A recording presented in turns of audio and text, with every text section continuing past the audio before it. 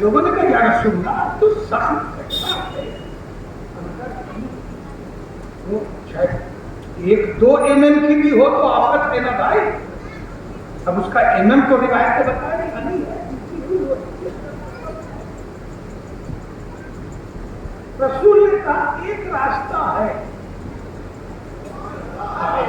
کہاں رہ گئے میرے بھائی؟ اب موالیان اہل بیت بھی اس طرح سنیں گے تو ہم کیا سنائیں گے؟ رسول نے کہا ایک راستہ ہے، جب علی نماز پڑھ رہے ہو تو حالت نماز میں نکال لینا.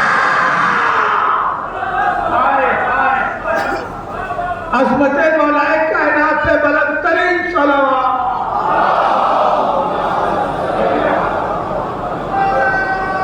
جزاک اللہ. جزاک اللہ.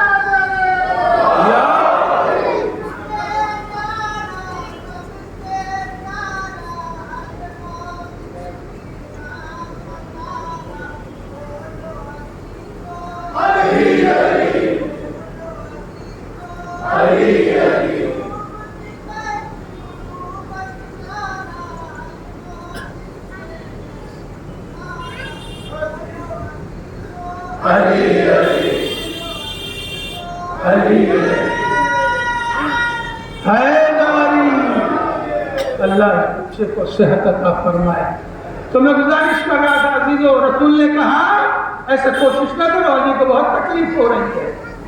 جب علی نماز پڑھ رہے ہوں تو حالت نماز میں وہ انین نکال دے. مولا کائنات نماز میں مصروف ہوئے، جملے کی نزاکت پیش آ گئی. یا رسول اللہ نکال دیں؟ کہا نہیں، ابھی سجدہ کرنے دو.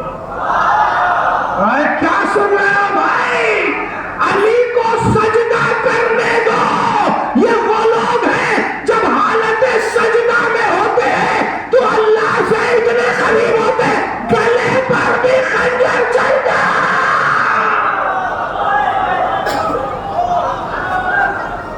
جیسے ہی مولا کائنات سجدے میں گئے، مولا کائنات کے چاہنے والوں رسول کے صحابیوں نے قریب جا کر زخم سے وہ علی چمٹی سے کسی طرح دبا کے اٹھاتے جیسے ہی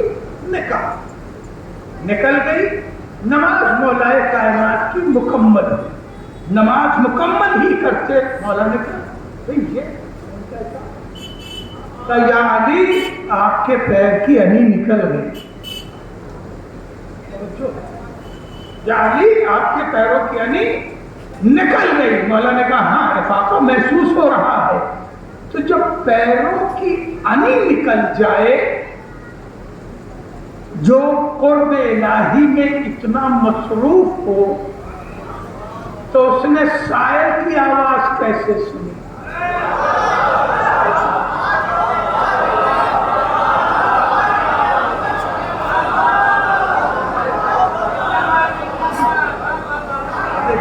عجیب منزل پر آ گئے. جو اتنا قریب ہو تو پھر اس نے سائل کی آواز کیسے سنی؟ تو اب جملہ قبول کرو اور یہیں سے گفتگو میں سمیٹتا ہوا چلو. سائل مسجد نبوی میں ایک ایک کو پکارتا رہا مگر اس کا حل مسئلہ نہ ہوا. نہ اسے کسی نے دیا نہ علی نے دیا، مگر جیسے ہی اس نے اللہ کو پکارا ید اللہ نے ہاتھ بڑھا دیا.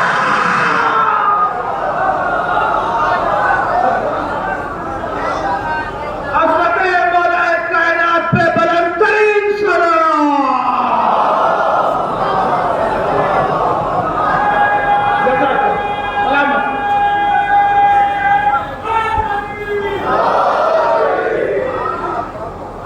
جب اس نے اللہ سے مانگا تو پھر ید اللہ کے ہاتھوں سے پائے اور دعا دیتا ہوا چلا. اللہ سرپرست ہے، اس کا رسول سرپرست ہے، اور حالت رکوع میں زکوٰۃ دینے والا سرپرست ہے. یہ وہ پینل ہے جو ہدایت کا پینل ہے. اب جملہ پیدا نہ کرنا عزیزوں. اللہ مولا ہے، اس کا رسول مولا ہے، اور حالت رکوع میں زکات دینے والا مولا ہے. مزے کی بات سن لیجیے، یہ بھی آپ کی توجہ کے لیے ہے کہ آیے بلغ کو آیے ولایت نہیں کہتے.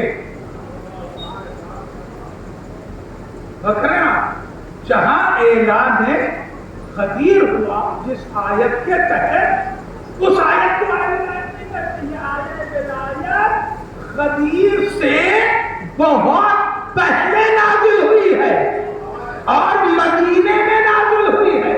تو آیہ ولایت وہ ہے جس میں اللہ کی، رسول کی اور مولا کائنات کی ولایت کا اعلان ہے، توجہ ہے.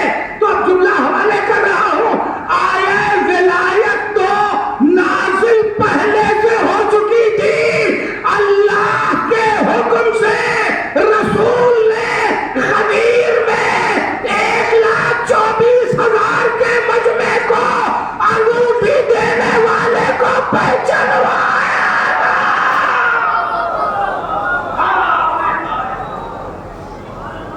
وہ تعارف کا دن تھا. ایک صلوات پڑھے محمد،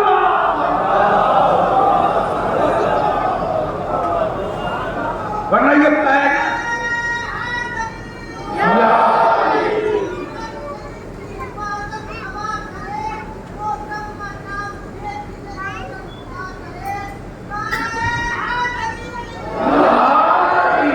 وہ پینل. اللہ تمہارا مولا ہے، سرپرست ہے، حاکم.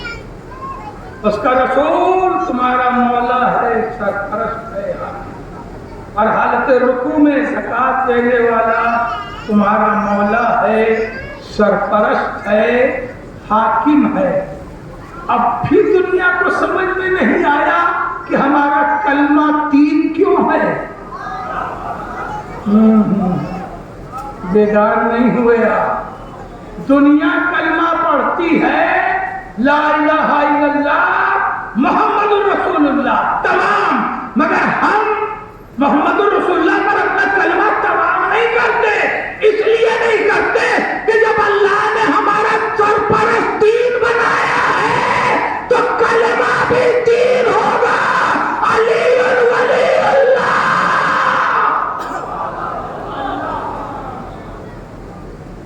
عزیزو، آج تو محرم ہے اور حسین کربلا پہنچ گئے. آج ہی حسین کربلا پہنچ گئے اور اپنے ساتھ 3 علی کو لے کے آئے. اب مضبوط ہوگا نا. امام حسین اپنے ساتھ 3 علی کو لے کے آئے. ایک علی اکبر ہے جسے آپ علی اکبر کہتے ہیں، دراصل وہ علی اکبر نہیں ہے، وہ علی اوسط. علی اکبر کس کا نام تھا؟ علی اکبر نام تھا جناب زین العابدین. اور پھر سن لیجیے یہ چند باتیں مقام توجہ میں. اکبر نام نہیں ہے، اور اکبر لاحقہ، اوسط نام نہیں ہے، اوسط بھی لاحقہ. اصغر بھی نام نہیں ہے، اصغر بھی لاحقہ. لاحقہ یعنی جیسے آپ یہ کہتے ہیں یہ میرا بڑا بیٹا، یہ میرا مجھلا بیٹا، یہ میرا چھوٹا بیٹا، تو یہ چھوٹا نام نہیں ہے، نام کچھ اور ہے. اس طرح امام حسین نے اپنے 3 بیٹوں کا نام علی رکھا. 3 بیٹوں کا نام حسین. 3 علی لے کے کربلا پہنچے. یہ کیوں 3 علی لے کے آئے کسی دن عرض کر دوں گا. جیسے ہی حسین کربلا میں وارد ہوئے، امام حسین علیہ السلام نے جب ان کا گھوڑا ٹھہر گیا تو کہا بھائی کہ اس زمین کے مالک کون لوگ ہیں؟ بتایا یہ قبیلے بنی اسد ہے جو یہاں سے کچھ دور پہ واقع ہے، کا قبیلے بنی اسد کے لوگوں کو بلاؤ۔ آ گئے، کہا میں یہاں بسنا چاہتا ہوں، رہنا چاہتا ہوں۔ کہا آقا آپ فرزند رسول ہیں، رہیے، شوق سے رہیے۔ بہت قیمتی جملے سب کرنا ہے مجھے، بہت قیمتی جملے، مگر شوق سے رہیے۔ کہا نہیں، میں اس زمین کو خریدوں گا تب رہوں گا، میں اس زمین کو خریدوں گا تب رہوں گا۔ کہا آقا آپ پانی کو محتاج ہیں، آپ رہیے یہاں، ہم کوئی آپ سے اجرت نہیں لے رہے ہیں۔ کہا نہیں، قیمتاً مجھے یہ زمین چاہیے۔ روایت میں ہے 40,000 درہم یا 60,000 درہم کی زمین امام حسین علیہ السلام نے خریدی۔ ابن حجر نے 60,000 درہم، بہت کم ہو گیا ہے میرے پاس کہ میں ڈسکس کر سکوں، 60,000 درہم کی زمین، وہ بھی دریائے فرات کے کنارے۔ ترائی کی زمین ہمیشہ سستی ہوتی ہے کیونکہ وہاں باڑھ کا خطرہ ہوتا، وہاں اتنی کہیں کہیں زمین زرخیز نہیں ہوتی۔ آج سے 1400 سال پہلے 60,000 درہم میں کتنی بڑی زمین ملی ہوگی؟ آج سے 50 سال پہلے آپ کے زیدی فارم میں بھی 100-200 میں زمین ملتی۔ ساتھ دے رہے، گھبرا تو نہیں گئے میرے لوگ؟ مثال لینے میں ذرا بے بات ہوں۔ 150 سال پہلے اگر آپ جائیں کہیں زمین خریدنے کے لیے تو 500 400 500 روپے میں بیگھا زمین ملتی تھی۔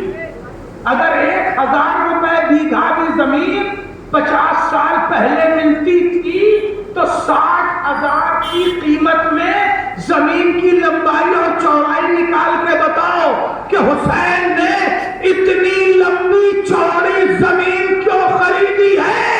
عزاداران حسین اور جملہ رائگاں نہ کرنا، تمہیں قسم دے رہا ہوں، حسین نے 60,000 کی کئی کلومیٹر کی زمین صرف اس لیے خریدی کہ ہمارے خون ہماری زمین پر گرے، غیر کی زمین پر نہ گرے۔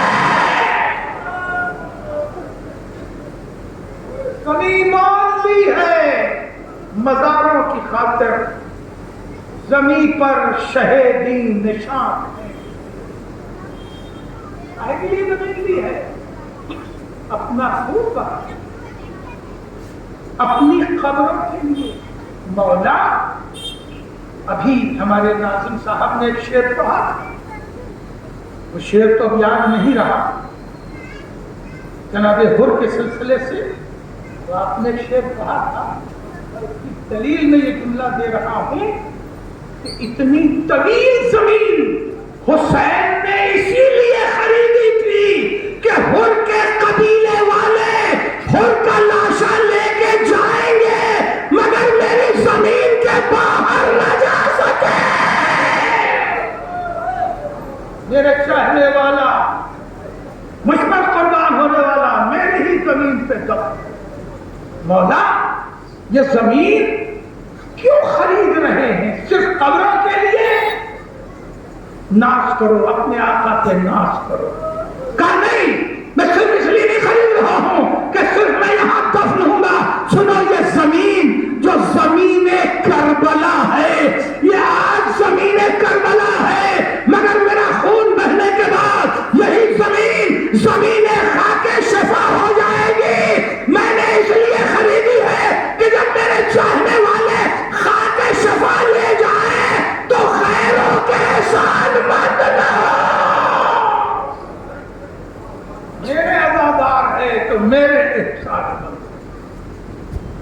کئی زمین اللہ اکبر 60,000 درہم، بڑی بات ہے 40,000۔ حسین نے زمین خریدی۔ جب حسین زمین خریدنے لگے، بس گفتگو تمام ہو رہی ہے، خریدنے لگے تو شاہزادی زینب نے اپنے بھیا کے پاس پیغام بھجوایا، بھیا میں نے سنا تھا کہ آپ زمین خرید رہے ہیں، میرے بھیا آپ زمین ضرور خریدیے، مگر یہ زمین میرے علی اکبر کے نام سے لے لیجیے گا، میں علی اکبر کا پیار چاہوں گی۔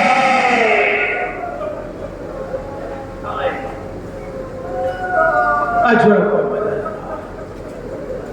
حاضردار و بین الحرمین، اسی لیے ایک بزم ہوتی ہے، اس بزم کا عنوان ہی ہے زمیندار کربلا۔ حاضردار حسین نے زینب سے کوئی وعدہ نہ کیا، کیونکہ امام جانتے تھے اسی کڑگل جوان کا لاشا اٹھانے تو ہم کربلا آئے ہیں۔ قبیلہ بنی اسد امام آئے ہیں، سرکار آئے ہیں، قبیلہ اسد کے مرد بھی آ گئے، بچے بھی آ گئے، عورتیں بھی آ گئے۔ قبیلے جہاں آباد ہوتے ہیں وہاں کوئی اس طرح آتا ہے تو قبیلوں کا مزاج یہی ہے کہ مرد عورت بچے سب جمع ہو جاتے ہیں۔ حسین کے گرد پورا قبیلہ بنی اسد جمع ہوا تھا، مرد بھی تھے، عورتیں بھی تھی، بچے بھی تھے۔ امام علیہ السلام نے زمین کا پیسہ دیا اور اس کے بعد لیا اور اس کے بعد قبالہ لکھا، اور قبالہ لکھنے کے بعد پیسہ دیا اور اس کے بعد قبالہ لکھا، پیسہ دیا اور پھر قبالہ لکھا کہ یہ زمین حسین ابن علی نے بنی اسد سے خرید لی ہے، اب اس کی ملکیت ہماری ہے۔ اور اب اس کے بعد امام کہتے ہیں اے بنی اسد والو، یہ زمین اب ہم تمہیں واپس کرتے ہیں، یہ زمین اب ہم تمہیں واپس، مولا پیسے دے دیے آپ نے، اب زمین کیوں واپس کر رہے ہیں؟ کہا سنو، ہم ایک دن یہاں شہید ہو جائیں گے، میرے مرنے کے بعد میرے چاہنے والے آئیں گے، یہ زمین اس لیے دی ہے کہ جب چاہنے والے آئے تو انہیں 3 دن میں مار رکھنا، انہیں وہ محسوس تو کرے میرا آقا 3 دن بھوکا پیاسا کیسے رہا۔ بس گفتگو تمام ہو گئی، امام نے زمین واپس کر، میل نہیں، 2 میل نہیں، 50 میل کی زمین، کربلا، مشہد تو تھوڑی سی جگہ پر ہے نا، باقی زمین قبیلہ بنی اسد کے لوگوں کی تحویل میں تھی، اور قبیلہ بنی اسد والے کل سے لے کے آج تک ظاہر امام کا اہتمام کرتے ہیں۔ جا کے کربلا دیکھ لو، سال بھر وہ اپنی کمائی جمع کرتے ہیں اور عزادار پر یہ کہہ کے خرچ کرتے ہیں میرے جد نے میرے آقا سے وعدہ کیا تھا۔ عزادار امام نے زمین بھی واپس کر دی، پیسہ بھی دے دیا، قبالہ بھی لکھ دیا۔ یہ جملے محسوس کر لو، رونے کے لیے کافی ہوگا۔ پھر امام کچھ دیر سر جھکا کے بیٹھ گئے، پھر سر اٹھا کے کہا قبیلہ بنی اسد والوں، تمہیں معلوم ہے ہم ایک دن یہاں قتل ہو جائیں گے، میرے جوان قتل ہو جائیں گے، میرے بچے قتل ہوتا۔ ایسی بات کیوں کر رہے ہیں؟ کہا نہیں، میں کہہ رہا ہوں جب میں اور میرے اہل و عیال قتل ہو جائے تو تم میرے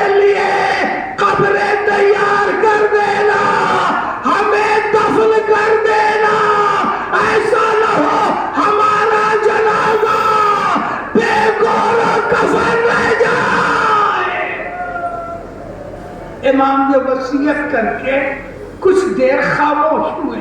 اس کے بعد امام نے بنی اسد کے بچوں کے اللہ نے غربت حسین، اللہ نے غربت حسین، امام نے عورتوں کی طرف رخ کیا اور کہا بنی اسد کی عورتوں، اگر تمہارے شوہر ہمارے جنازوں کو دفن نہ کرے، خوف کھائے تو انہیں شرمندہ کرنا اور کہنا رسول کا لال بے گور و کفن پڑا ہے.